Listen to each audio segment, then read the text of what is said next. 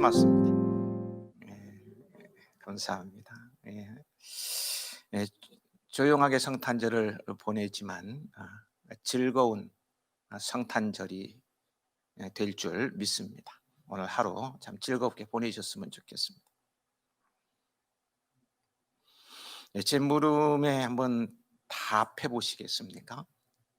이 초조함, 불안, 두려움이 있으신가요? 아니면 이에 반하는 즐거움, 감사, 안정을 누리고 있으신가요? 근데 이 초조함, 불안, 두려움과 즐거움, 감사, 안정의 기준점이 무엇인지 아십니까? 평화입니다. 평화. 평화가 있느냐 없느냐에 따라서 초조함, 불안, 두려움이 다가오기도 하고 즐거움과 감사와 안정을 누리게도 되는 것입니다. 그래서 이 세상에 사는 70억 인류가 한결같이 찾고 있는 것이 있다면 그것이 바로 평화일 것입니다. 평화는 모든 사람이 갈구하는 소원입니다. 평화가 있어야 쉼도 있고 행복도 있습니다. 아무리 부유하고 높은 지위와 큰 권세를 누려도요, 마음속에 평화가 없으면 행복할 수 없어요. 사람은 물질로 평화를 얻지 못하고 어떤 영화로 행복을 누리지 못합니다. 근데 문제는 사람이 저마다 평화롭게 살기를 원하지만 세상에는 평화가 없다는 거예요. 아무리 사람이 노력한다고 해도 인간의 노력으로는 우리에게 평화가 오지 않습니다. 이것이 인간이 직면한 문제입니다. 비극이죠. 평화는 원하는데 평화는 점점 더 멀어지고 우리 눈앞에는 초조함과 불안과 두려움이 다가오고 있습니다. 코로나19 바이러스 감염증이 우리에게 주는 건 역시 초조함, 불안함, 두려움 아닌가요? 왜 사람들은 평화를 갈구하는데 평화는 점점 더 멀어지고 우리 눈앞에는 초조함과 불안함과 두려움이 다가오는 것일까요? 그것은 모든 사람이 죄인인 까닭입니다. 사람에게 죄가 들어오면서 하나님과 사람 사이의 관계가 깨어지고 말았어요. 그 순간부터 즐거움과 감사와 안정을 주는 평화는 사라지고 초조, 불안, 두려움이 찾아들기 시작했던 거예요. 에덴 동산에서 사람이 범죄한 다음부터 평화는 사라졌습니다. 죄로 말미암아 하나님과의 관계가 깨어지자 사람은 서로 원수가 되었어요. 이후 인류 역사는 끝없는 전쟁으로 오늘까지 이어져 왔고요. 앞으로도 전쟁은 그치지 않을 것이에요. 인간의 탐욕, 인간의 죄악이 반복된 분쟁을 가져오고 있는 것입니다. 죄는 개인의 마음 속에서 평화를 앗아가고요. 사회의 평화는 파괴시켜버립니다. 그러므로 평화는 사람이 만들 수 있는 것이 아닙니다. 사람은 평화로운 존재가 아니기 때문입니다. 여기서 우리는요, 그렇다면 어떻게 해야 되겠습니까? 우리는 여기서 하나님을 생각해 봐야 합니다. 하나님은 우주와 만물을 지으시고 다스리시는 분이에요. 우리는 이러한 하나님의 통치하에 살면서 그분을 반역하고 대항하면서는 평화를 누릴 수는 없는 거예요. 한 가정에서도요, 부모를 거역하고 부모에게 대항한 자식은 평안할 수 없잖아요. 인간의 생사화복도 하나님께서 주장하십니다. 여러분은 모르겠습니다만 저는 한때 제가 노력하면 다 되는 줄 알았어요. 정말 다 되는 줄 알았어요. 하는 것마다 다 되는 것 같더라고요. 근데 그게 마음먹은 대로, 노력한 대로 안 된다는 사실을 깨닫게 돼요. 그러면서요, 인생은 자기 노력 이외에 어떤 외부적인 위대한 힘이 다스리고 있다는 사실을 알게 되었던 거예요. 이 위대한 힘이 무엇입니까? 사무엘상 2장 6절 7절에 여호와는 죽이기도 하시고 살리기도 하시며 음부에 내리기도 하시고 올리기도 하시는도다. 여호와는 가난하게도 하시고 부하게도 하시고 낮추기도 하시고 높이기도 하시는도다라고 말씀하고 있습니다. 인간의 운명은 우리 손에 있지 않고요, 하나님의 손에 있어요. 평화도 하나님의, 사람의 노력으로 이루어지는 것이 아니라 하나님의 손에 달려 있어요. 평화는 위로부터 내려오는 거예요. 뉴욕에 가면 세계 평화를 위해 설립된 유엔 본부가 있지 않습니까? 각국의 대표들이 모여서 국제 평화를 위해서 열심히 연구하고 의결하고 하는 그런 기관입니다. 거기에서 세계적인 신학자 칼발트가 특별 강연을 할 기회가 주어졌었는데요, 강연을 경청하고 있는 유엔 대표들을 향해서 그는, 여러분은 세계의 평화를 위해서 각국을 대표하여 이곳에 모여 연구하고 토의하고 결의합니다. 그런데 대단히 미안한 말씀입니다만, 여러분이 아무리 연구하고 토의하고 결의한다고 해도 여러분을 통해서는 세계 평화가 절대로 오지 않습니다. 세계의 평화는 예수님이 우리에게 오실 때 이루어질 것입니다 라고 강연을 했다고 합니다. 그렇습니다.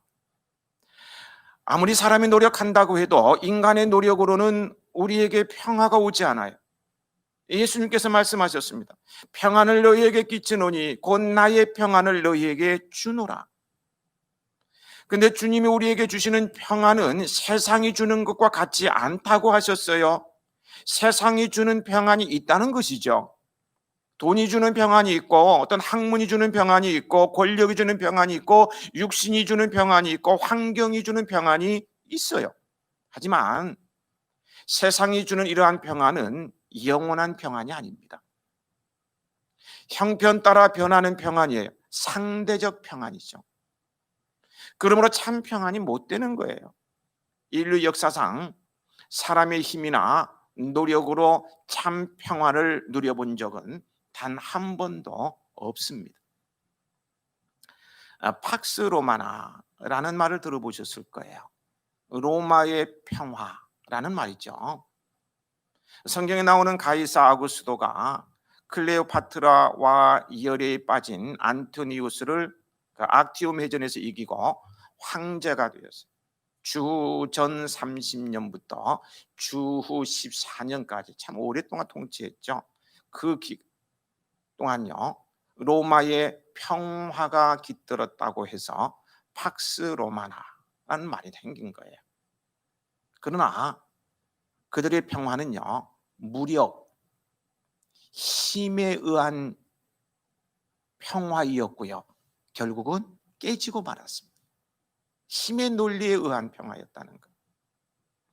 근데 예수 그리스도께서는 이런 세상에 참된 평화를 주시려고 오셨어요. 그리스도께서 아기 예수로 탄생하시던 밤 천사들이 들려준 첫 일성이 오늘 본문이잖아요. 지극히 높은 곳에서는 하나님께 영광이요 땅에서는 하나님이 기뻐하신 사람들 중에 평화로다. 예수님은 이 세상에 아기 예수로 나실 때부터 평화의 왕이셨어요. 예수님의 이 땅의 사역은요, 평화를 위한 사역이었어요. 가난한 자들을 돌보시고 병든 자를 고치시며 죄 지은 자를 용서하시고 소외된 자를 위로하시는 모든 사역은 평화를 이루는 운동이셨다고 할 수 있어요. 예수님의 마음은 인류에게 평화를 주시는 일념이셨습니다. 그리고 이 세상을 떠나시면서도 평화를 주셨어요.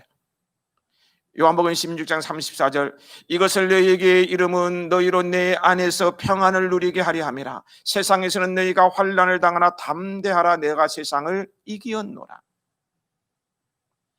예수님이 주시는 평화는 이 세상이 주는 것과 같지 않습니다. 예수님이 주시는 평화는 죄와 죽음의 세상을 이긴 승리에 기초하고 있어요.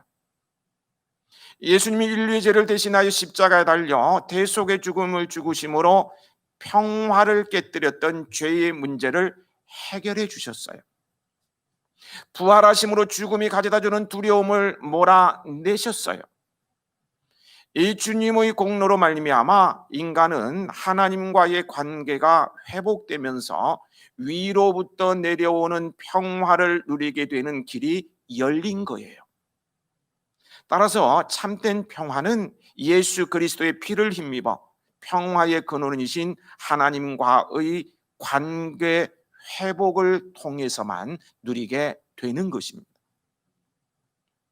이에 대해서 에베소서 2장 13절 14절은 이렇게 말씀하십니다.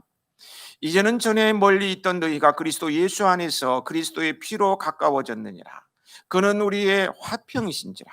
둘로 하나를 만드사 원수된 것 곧 중간에 막힌 담을 자기 육체로 허시고, 자기의 육체로 중간에 막힌 담을 허무시고 둘이 하나 되게 하시는 그리스도로 말미암아 원수되었던 하나님과의 관계는 회복되었고 평화를 누리게 된 거예요. 그 평화는 마음속에 찾아온 평화입니다. 돈이 있어서, 환경이 좋아서, 권세가 있어서 평화한 것은 얼마 있지 않으면 모두 무너져요. 마음의 평안이 없으면 환경의 평화는 사라지고 맙니다. 환경의 평화가 우리에게 평화를 줄 수 없기 때문이에요. 그러므로 마음의 평화가 있어야 합니다. 우리에게 평화를 주시기 위해 이 땅에 오신 평화의 주님께서 계속해서 마음의 평화를 누리는 방법을 우리에게 가르쳐 주셨습니다. 일단은 주님을 영접해야 되고요. 그 다음에 평화를 누리는 방법들이에요. 마음의 평화를 얻기 위해서는 먼저 우리의 마음 속에 죄책감이 없어야 합니다. 죄책감이란 계명을 어길 때 다가옵니다.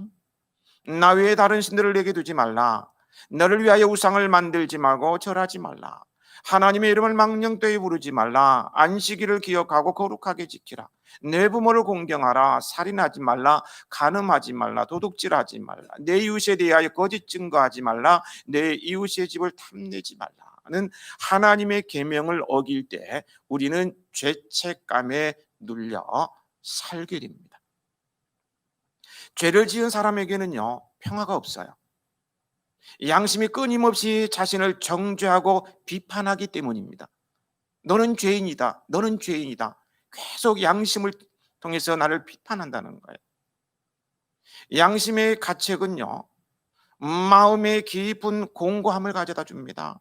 그러니까 오라 나는 공고한 사람입니다. 이 사망의 몸에서 누가 나를 건져내라. 밤낮으로 쉬지 않고 마음이 괴롭습니다. 세월이 흘러 잊고 싶어도요, 법을 어기고 양심의 가책을 받으면 사라지지 않고 늘 고개를 들어 괴롭힙니다. 너는 죄인이야. 너는 그때 그런 못된 짓을 해서 산 사람에게 피해를 줬잖아. 계속 눌린다는 거. 잊어버리는 것 같은데 다시 되잖아요. 이 죄책감으로 인한 양심의 괴로움에서 해방될 수 있는 유일한 길은, 만일 우리가 우리 죄를 자백하면 그는 미쁘시고 의로우사 우리 죄를 사하시 모든 불의 수리를 깨끗게 하실 것이요, 하나님 앞에 나아가서 죄를 자복하고 예수 그리스도의 십자가 보혈로 씻어내는 길밖에 없습니다. 예수 그리스도의 피를 의지하여 용서함 받고 죄책감에서 자유하시고 평화를 누리시기 바랍니다. 예수님은 이를 위해 이 땅에 오셨습니다. 그리고 늘 주 안에 있어야 합니다. 진정한 평화는 주님으로부터 나오기 때문입니다. 성령은 우리로 하여금요, 하나님 아버지 앞으로 나아가도록 인도하시고 아버지께 나아갈 때 진정한 평화를 누리게 되는 거예요. 여러분, 하나님은 우리의 아버지이십니다. 어머니 품 안에서 저절 넉넉히 빤 아기의 눈망울이 얼마나 평화롭습니까? 아마 세상에서 가장 평화로운 모습일 거예요. 인생이요, 아버지 하나님의 얼굴을 피해서는 세상의 그 무엇으로 평화를 누리지 못합니다. 인생의 참된 평화는 하나님 얼굴을 배울 때이고요. 민수기 6장 26절이죠. 주님의 품 안에서 얻을 수 있는 거예요. 영국의 종교개혁자 리들리는요, 메리 여왕 일세의 즉위와 함께 화채론적 성찬을 부정했다는 혐의로 체포되었습니다. 런던 탑에 투옥되었다가 뒤에 옥스퍼드에서 화형을 당하게 되는데요, 그 전날 밤의 일입니다. 그의 동생은 찾아와서 그 밤 동안 형을 위로하며 같이 지내자고 했습니다. 그때 리들리는 그것을 거절하면서 말했어요. 나는 오늘 밤 평안히 자고 내일 순교하겠다.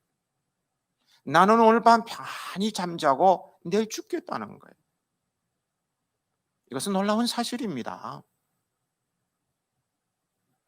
내일 정해진 시간에 죽음이 찾아오는 거예요. 오늘 마지막 밤이에요. 편안히 잠을 잘 수 있을까요?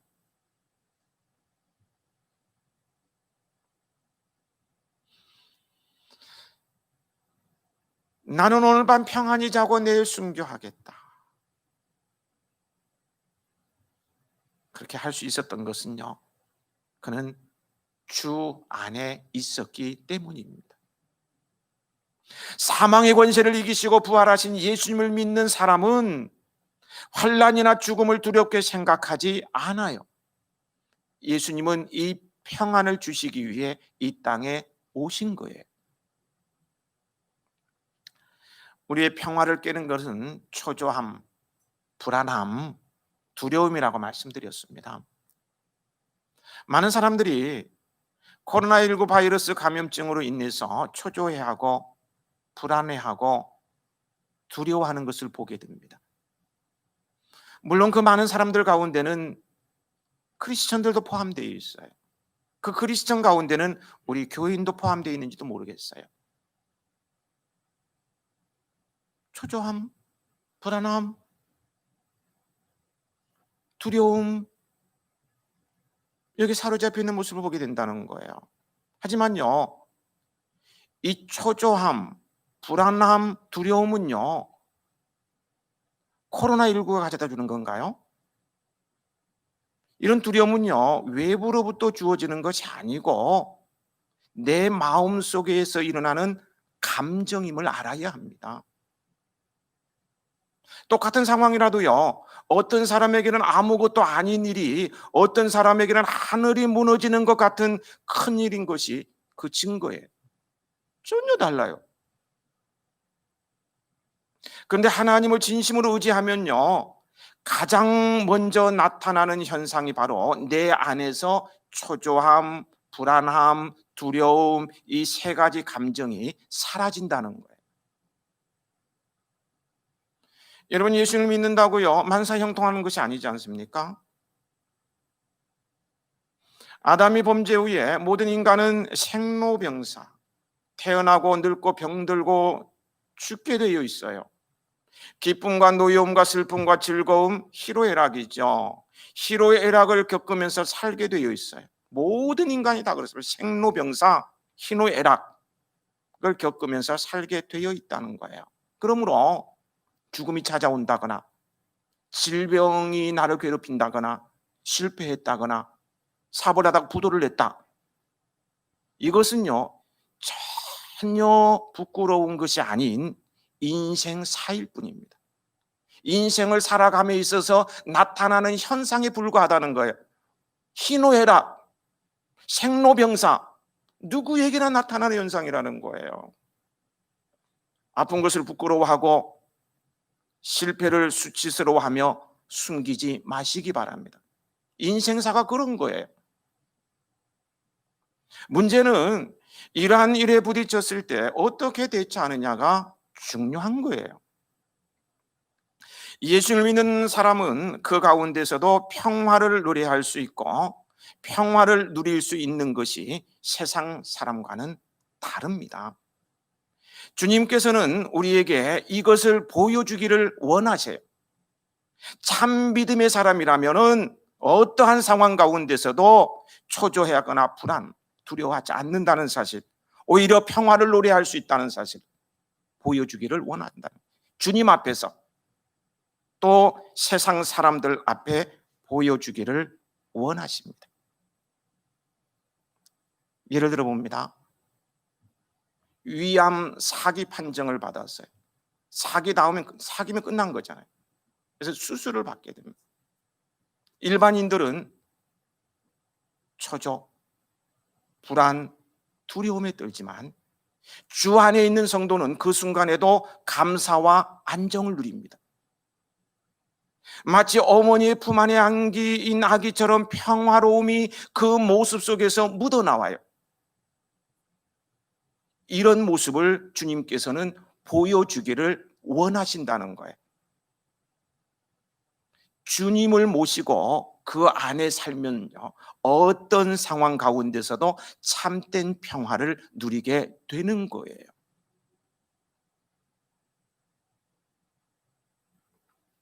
마가복음 4장 36절에 제자들이 주님과 함께 탄 배가 풍랑을 만났습니다. 풍랑을 만나서 제자들은 불안에 떨면서 주무시는 예수님을 깨웠어요. 그러자 예수님은 제자들을 향해서 어찌 믿음이 없느냐 꾸짖으셨어요.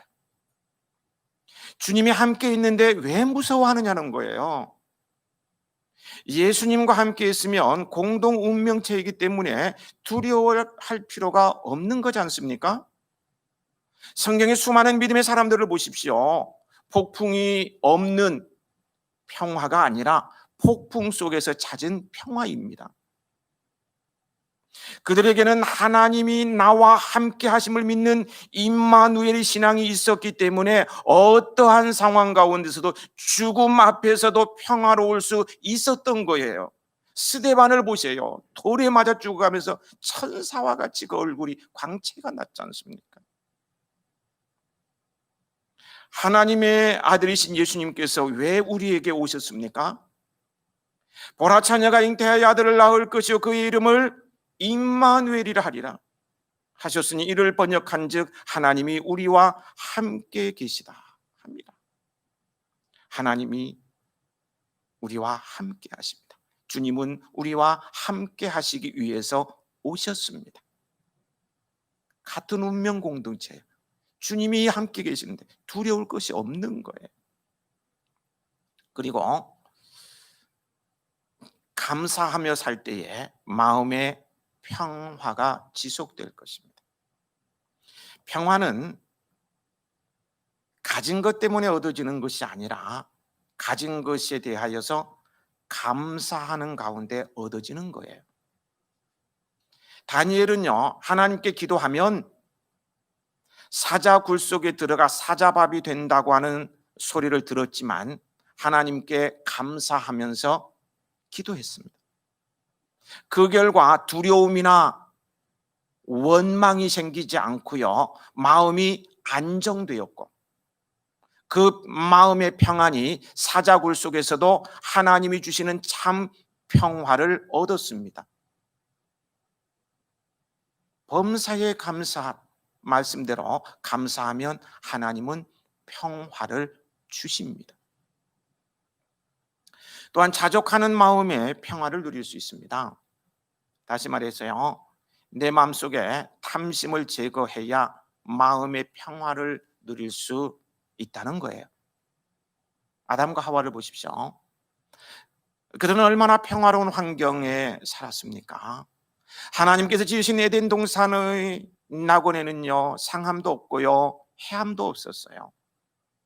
무엇을 먹을까, 무엇을 입을까, 무엇을 마실까 염려할 필요도 없었어요.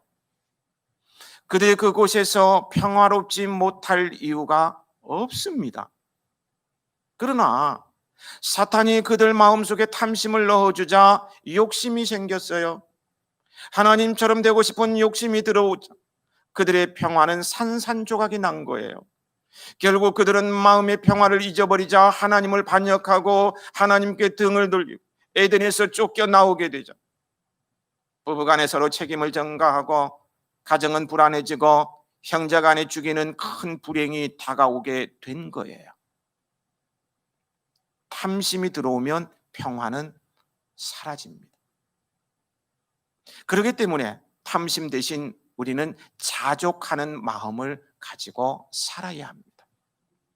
디모데전서 6장 6절에서 8절.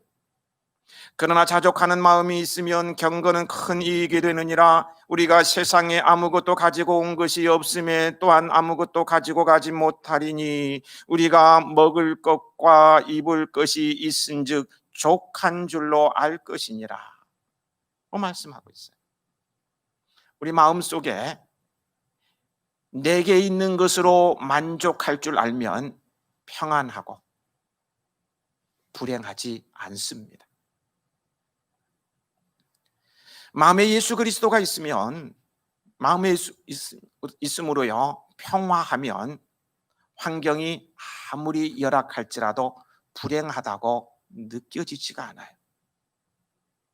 물질은 마음의 평화가 있을 때는 유익이 되지만요 그렇지 못할 때는 아무리 부유한 환경일지라도 행복을 주지 못합니다. 미국에서 120억 이상 복권 당첨자의 80%가 당첨 후에 더욱 불행해졌다고. 가정이 파탄되고 마음의 평안을 잃어버렸다는 거예요.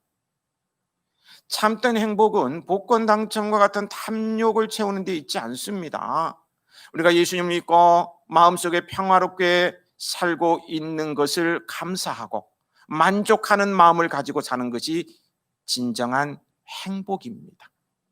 예수님은 이를 위해 오늘 이 땅에 오신 거예요. 계속해서 마음의 평안을 누리기 위해서는 염려하지 않고 도리어 기도하여야 합니다. 예수님은 너희 중에 누가 염려함으로 그 길을 한 자나 더 할 수 있느냐라고 하셨어요. 이 염려는 모두가요 마귀가 주는 선물이에요. 마귀가 주는 선물 공짜. 그러니까 덥석덥석 받아 먹어요. 그래서 염려에 사로잡혀 살아요. 공짜를 좋아해가지고 말이에요. 마귀는 염려를 우리에게 공짜로 줍니다. 막 퍼줍니다.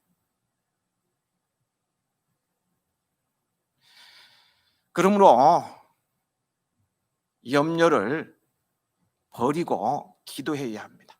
선물이라고 좋아서 넙석 받으면 안 됩니다. 내팽개쳐야 됩니다. 그리고 기도해야 됩니다. 지나고 보면 다 쓰잘데없는 염려였음을 알게 됩니다.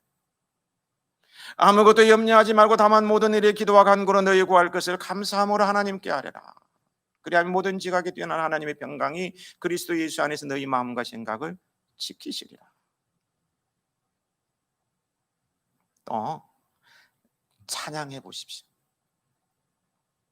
찬양해 보라고요.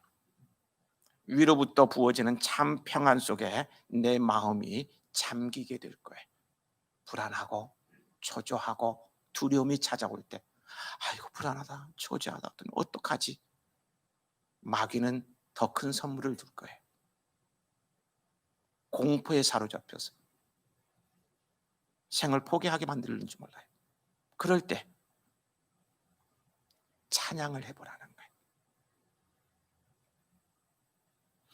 위로부터 부어지는 참 평안 속에 내 마음이 잠기게 될 거예요. 찬양은요 상한 심령을 위로하며 평화에 젖어들게 합니다.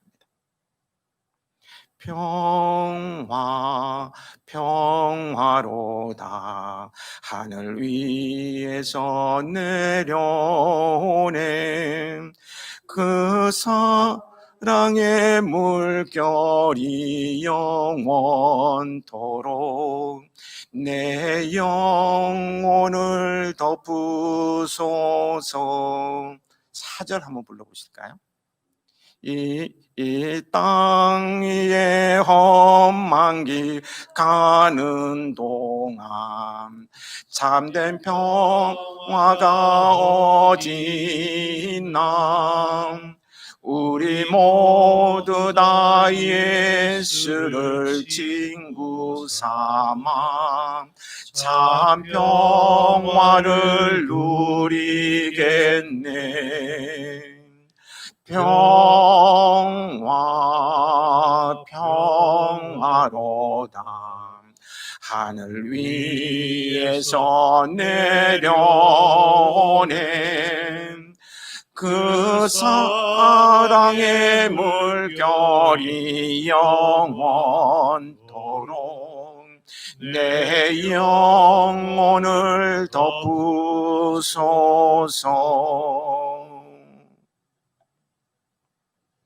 찬양을 하면 참 평강 속에 잠겨드는 것을 경험하게 될 것입니다. 지극히 높은 곳에서는 하나님께 영광이요 땅에서는 하나님이 기뻐하는 사람들 중에 평화로다. 이 땅에 평화를 주시기 위해 오신 예수 그리스도를 모시고 그 안에 거함으로 평화가 무너져가는 이 시대에 참된 평화가 여러분의 마음과 가정과 삶에 충만하기를 평화의 왕으로 오신 우리 주님 예수님의 이름으로 축복합니다.